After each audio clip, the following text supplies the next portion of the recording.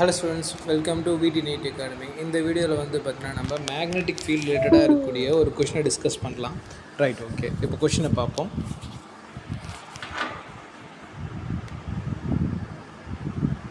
இப்போ கொஷினில் நமக்கு என்ன கேட்டிருக்காங்க அப்படின்னு பார்த்தோம்னா, a parallel plate capacitor made up of circular plate is being charged such that surface charge density on the plate is increasing at constant rate with டைம்ங்கிறாங்க. ஆனால் இந்த இடத்துல இந்த வார்த்தையை மட்டும் பிடிபட பாருங்கள்.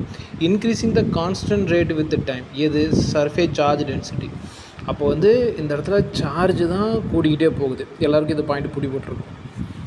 சார்ஜ் கூட கூட நமக்கு வந்து மின்சாரம் கரண்ட்டுமே கூட தானே செய்யும் நேரத்தை பொறுத்து.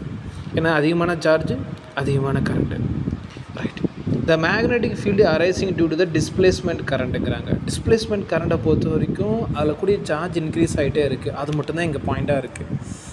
இப்போ நமக்கு தெரியணும், ஒரு வேளை டிஸ்பிளேஸ்மெண்ட் கரண்ட் வந்து பார்த்திங்கன்னா, இப்போ சார் இப்படி கொடுக்குறேன், இந்த இடத்துலேருந்து இப்படி நிறைய டிஸ்பிளேஸ்மெண்ட் கரண்ட் போகுதுன்னா, நீங்கள் இங்கேருந்து அதை பார்க்குறீங்க. இந்த இடத்துலேருந்து சார் வந்து பார்த்திங்கன்னா இப்படி காட்டுறேன்.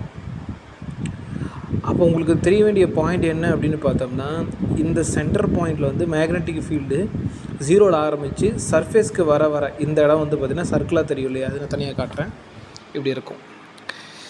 சென்டரில் வந்து பார்த்திங்கன்னா மேக்னெட்டிக் ஃபீல்டு அப்படியே ஜீரோவில் ஆரம்பித்து சர்ஃபேஸ்க்கு வர அதிகமாகி அதுக்கப்புறம் டிக்ரீஸ் ஆகும்.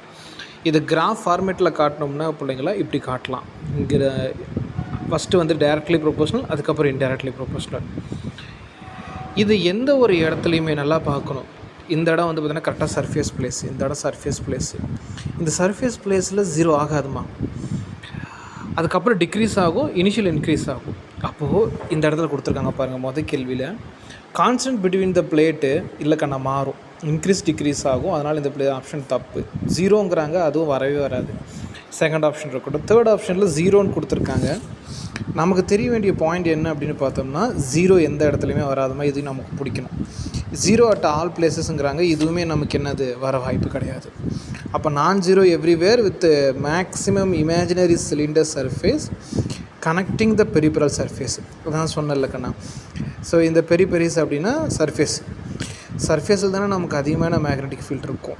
அதுதான் இந்த கிராஃப் மூலமாக நம்ம படிச்சிருப்போம். அது இந்த இடத்துல நம்ம அப்ளை பண்ணோம்னா ஈஸியான பாயிண்ட் என்னன்னு கேட்டிங்கன்னா, ஸோ மேக்னெட்டிக் ஃபீல்டு வந்து பார்த்திங்கன்னா இனிஷியலில் வந்து பார்த்திங்கன்னா directly proportional to small R, சர்ஃபேஸில் மேக்ஸிமம் ஆகி அதுக்கப்புறமேட்டுக்கு இன்டர்னல் ப்ரொபோஷனல் டு ஆர். இதை தெரியலன்னா சொல்லுங்கள், தனி